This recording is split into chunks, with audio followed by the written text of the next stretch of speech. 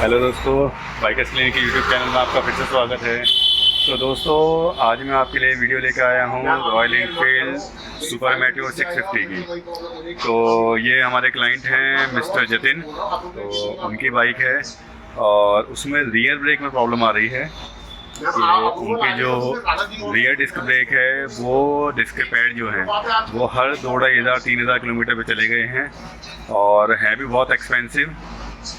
तो इनके जो आगे पीछे के जो डिस्क पैड हैं वो मिला के अराउंड जो इन्होंने मुझे बताई कॉस्टिंग वो 6,000 प्लस GST बताया है, जो सर्विस सेंटर वालों ने कोट किया है।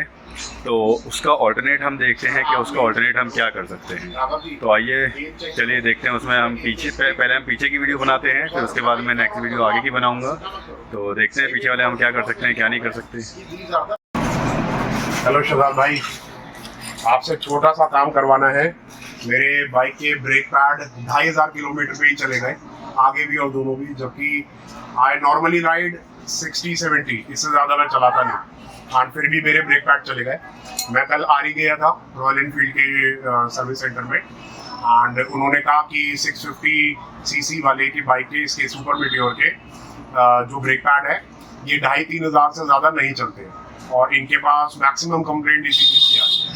तो जब मैंने इनसे पूछा कि कितने का चेंज होगा ये दोनों आगे पीछे, तो उन्होंने 6,000 प्लस GST बताया है। एंड अभी प्रॉब्लम ये है कि अगर मैं हर 2,500 बाद 6,000 रुपये ब्रेक पैड पे लगाऊंगा, सर्विस के अलग लगाऊंगा और फ्यूल का पैसा अलग लगाऊंगा, तो इससे बेटर मैं सोचता हूँ कि मैं रॉयल एनफील्ड से अच्छा थंडरबर्ड कह रहा हूँ, हार्ले डेविडसन ही ले लेता या कोई और सुपर बाइक ले लेता। तो कॉस्ट इफेक्टिव तो रहता नहीं, बट एटलीस्ट मुझे एक सेटिस्फैक्शन रहता कि अगर मैं इतना पैसा लगा रहा हूँ तो I am driving the best bike. Royal Enfield पे इतने एक्सपेंस करना is not worth for me. तो मुझे लगता है आप ही के पास सॉल्यूशन है इस चीज़ का। सो जो हो सकता है बेस्ट वो आप कर दीजिए इसके अंदर। तो आप रॉयल अभी कहाँ से आ रहे हैं? मैं भी रॉयल एनफील्ड से ही आ रहा हूँ। तो आप मुझसे क्या चाह रहे हैं वो बताइए आप पहले। देखो, उनके जो ब्रेक पैड है ऑब्वियसली आपके पास उससे अच्छे आफ्टर मार्केट ब्रेक पैड्स मिल सकते हैं एंड उससे अच्छी क्वालिटी भी मिलेगी एंड आई नो वो कॉस्ट इफेक्टिव भी होगा। सो आप देखो जो भी बेस्ट है, क्योंकि उनके ब्रेक पैड्स उतने सक्सेसफुल भी नहीं लग रहे, क्योंकि 2,500-3,000 में कोई ब्रेक पैड जाता नहीं है। अगर उनके आगे पीछे दोनों ही जा रहे हैं तो कुछ तो फॉल्ट होगा। अगर एक ही साइड के जा रहे हो तो सिर्फ आगे के या पीछे के, तो मैं समझ सकता था कि हाँ मेरे राइडिंग में कुछ डिफरेंस है। बट 14-15 साल मुझे हो गए बाइक चलाते हुए, तो मुझे लगता नहीं है कि मेरी राइडिंग में कोई स्किल्स में कमी है। तो आप देखो आप क्या बेस्ट कर सकते हो, because I am totally tired of this now. हर 2,500 बाद चेंज कराना इज नॉट वर्थ। दिखा भी देते हैं किलोमीटर कितना चला है।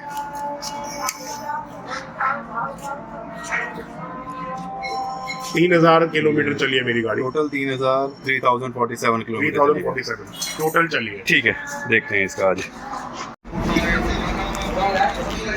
तो इधर दिखाइए, ये हमारा रियर ब्रेक कैलिपर है। तो पहले हम इसकी ये निकालें। ये आधा मैंने खोल रखा है, तो प्लीज़ उसको माइंड मत कीजिएगा कि अधूरा है या क्या है।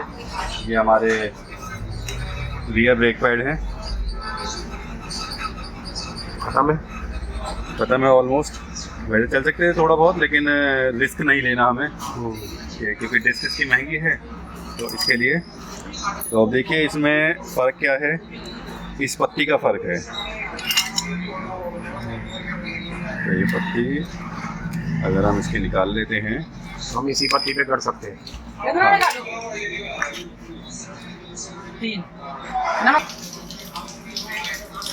तो ये पत्ती हम निकाल के हम पुरानी ही यूज़ करेंगे। ये आपके पिछले डिस्क पैड हैं। डिफरेंस इतना है कि ये ब्रेम्बो के आते हैं आपके। अच्छा, ठीक है ना। और जो हमारे फ्रंट डिस्क पैड अब हम जो इसमें बेसिकली डालेंगे वो मैं आपको बता दूं। हम जो यूज़ करेंगे इसके अंदर में वो करेंगे हम मेट्योर 350 के डिस्क पैड यूज़। ओके, तो ये पहले हम इसका साइज़ चेक करते हैं कि साइज़ में कितना डिफरेंस है कितना नहीं है। ये देखिए सेम ही है, एग्जैक्टली सेम। ये देख पा रहे होंगे आप, बिल्कुल सेम है। ठीक है ना। इसमें डिफरेंस क्या होता है, बेसिकली इस लेदर का डिफरेंस होता है। ओके वाइब्रे की थोड़ी अच्छी क्वालिटी की है, ब्रेकिंग अच्छी होती है। ओके बट हमारी जो ये वाइब्रे कंपनी के हैं, सॉरी ये बैम्बू कंपनी के थे जो हमारे एग्जिस्टिंग हैं, और जो हम इसमें इंस्टॉल करेंगे वो है हमारे वाइब्रे कंपनी के मेट्योर 350 के, ठीक है। और यही डिस्पैड क्लासिक 350 में भी आते हैं, यही डिस्पैड पल्सर में भी आते हैं, बट पल्सर या क्लासिक के आपको इंस्टॉल नहीं करने हैं, क्योंकि सबसे जो सॉफ्ट लेदर होती है वो मेट्योर की होती है। ज़्यादा हार्ड लेदर हम इसमें इंस्टॉल करेंगे तो ये जो हमारी प्लेट है ये हमारे कटने के चांस रहते हैं। तो ऐसा ना हो कि हम 1000-1500 रुपये बचाने के लिए अपना 7-8 हज़ार रुपये का नुकसान कर लें, तो वो चीज़ भी हमें सोचनी है, ठीक है। तो इस चीज़ का हमें स्पेशली ध्यान रखना है। तो ये जैसा कि मैंने आपको साइज़ दिखा दिया है बिल्कुल एग्जैक्ट है, ये देखिए बिल्कुल सेम है, कहीं से कहीं तक कोई फ़र्क नहीं है, सिर्फ लेदर का माइनर सा फ़र्क है। तो ब्रेकिंग इस पे ऐसा नहीं है कि ब्रेकिंग नहीं होगी, ब्रेकिंग इस पे भी होगी, ठीक है ना। तो ये जो हमारी प्लेट्स थी, स्टील प्लेट्स होती है, ये बेसिकली हीट को थोड़ा सा कम करने के लिए होती है कि जो ब्रेक पैड की हीट है वो हमारे कैलिपर तक कम पहुँचे। तो ये हम इसके अंदर इंस्टॉल करेंगे और इसके बाद में फिट करेंगे। अभी पॉज। तो दोस्तों ये हमारे जो एग्जिस्टिंग सुपर मेट्योर 650 के अंदर रियर डिस्पैड है, ये आप देख रहे होंगे। इसके ऊपर ये प्लेट थी जो कि हमने इससे हटा के इस पे यूज़ कर ली है। ये हमारे मेट्योर 350 के डिस्पैड है जो अब हम इसके अंदर इंस्टॉल करेंगे। साइज़ एक बार मैं फिर से आपको दिखा देता हूँ, बिल्कुल सेम साइज़ है, सिर्फ माइनर से लेदर जो होती है ग्रिपिंग के लिए सिर्फ इसका माइनर सा डिफरेंस है। ये बहुत हायर क्वालिटी की है, ये थोड़ा सा लो क्वालिटी की है, बट लो का मतलब ये नहीं है कि बिल्कुल ही बेकार हो, क्योंकि रॉयल एनफील्ड मेट्योर 350 के अंदर दे रही है और 350 भी 120 130 आराम से चलती है। तो रॉयल एनफील्ड इसमें भी कोई कॉम्प्रोमाइज़ नहीं करेगी। सेम साइज़ आपके पल्सर में, क्लासिक 350 में भी आते हैं, बट वो आपको यूज़ नहीं करने हैं, ये ध्यान रखिएगा। कहीं आप सिर्फ साइज़ पे चले जाओ, क्योंकि उनकी जो लेदर है वो थोड़ी हार्ड है एज़ कम्पेयर टू मेट्योर। आप कभी चला के देखना मेट्योर 350 चला के देखना, उसकी ग्रिपिंग देखना, और रॉयल एनफील्ड क्लासिक 350 चला के देखना और उसकी ग्रिपिंग देखना, आपको मेट्योर की ग्रिप बहुत अच्छी लगेगी। तो उसी हिसाब से मेट्योर का भी थोड़ा सा कम चलता है as compare to classic 350, but 650 के कंपेरिजन मैं समझता हूँ कि ज़्यादा चलेगा, क्योंकि थोड़ी सी नरम सॉफ्ट है इसकी लेदर ये, जो ग्रिपिंग के लिए यूज़ होती है। बट अगर हम बात करें इसकी लाइफ की, सुपर मेट्योर 650 के जो एग्जिस्टिंग है, ये अराउंड हमारे 2,500 से 3,000 रुपये के डिस्पैड हैं, जो कि हमारी गाड़ी अभी ये 3,000 किलोमीटर चली है यस, और उस पर ये ख़त्म हो गए हैं।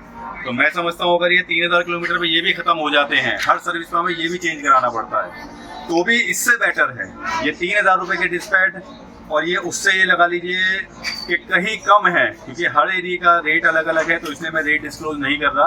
वो तो आप जिस एरिया में होंगे वहाँ पर किसी भी सर्विस सेंटर पर जाइए या किसी भी ऑथराइज स्टोर पर जाइए, आपको वहाँ इजीली मिल जाएंगे हमारे। तो ज़्यादा महंगे नहीं हैं, इसके मुकाबले तो आपको आधे से भी कम रेट में है ये। तो इस चीज़ के लिए मैं आपको बता रहा हूँ, अभी ना इंस्टॉल करते हैं और चला के एक बार इनकी परफॉर्मेंस भी देखेंगे। तो दोस्तों ये देखिए, इसके अंदर हमने फिट कर दिए हैं जो कि हमारे ये एग्जिस्टिंग थे ब्रेम्बो के। तो इसके अंदर अभी हमने वाइब्रे के फिट किए हैं ये दोनों डिस्पैड। इसके ऊपर की जो प्लेट थी ये क्रोम वाली, ये हमने स्टील प्लेट हमने यही यूज़ करी है हीट सिंक के लिए। तो आइए अब हम एक बार चला के देखते हैं, तो उसके बाद बताते हैं आपको कैसा रहता है इसका रिजल्ट। और एक वीडियो मैं आपके लिए बाद में ही बनाऊंगा कि ये कितने चले हैं डिस्पैड, वो भी मैं आपको बताऊंगा कुछ टाइम के बाद। चलिए, और ऐसे ही वीडियो के लिए बाइक एक्सप्लेनर के साथ बना रहिएगा। शब्बा खैर।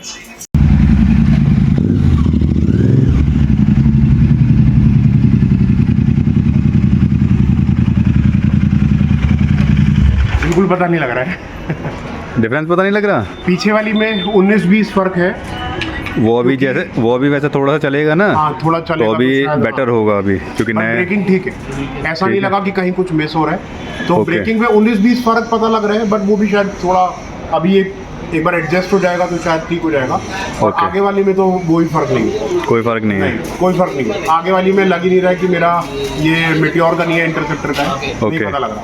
100% सेम है, 100%। ओके।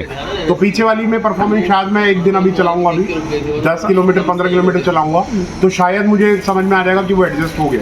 ओके। बाकी 19-20 यार इतना कोई फर्क पड़ नहीं रहा है, क्योंकि जब हम ब्रेकिंग करते हैं तो हम दोनों को इक्वली यूज़ करते हैं। Okay. हम सिर्फ पीछे पीछे यूज़ नहीं करते हैं। Okay. तो जब मैं दोनों को इक्वली यूज़ कर रहा हूँ और वो जब बैलेंस होके ब्रेकिंग लग रही है तो बाइक एकदम कंट्रोल में। ओके ऐसा बिल्कुल भी नहीं लग रहा है कि मैंने कुछ और ब्रेक्स लगवाए हैं इसके अंदर, बट ये वर्क कर गया।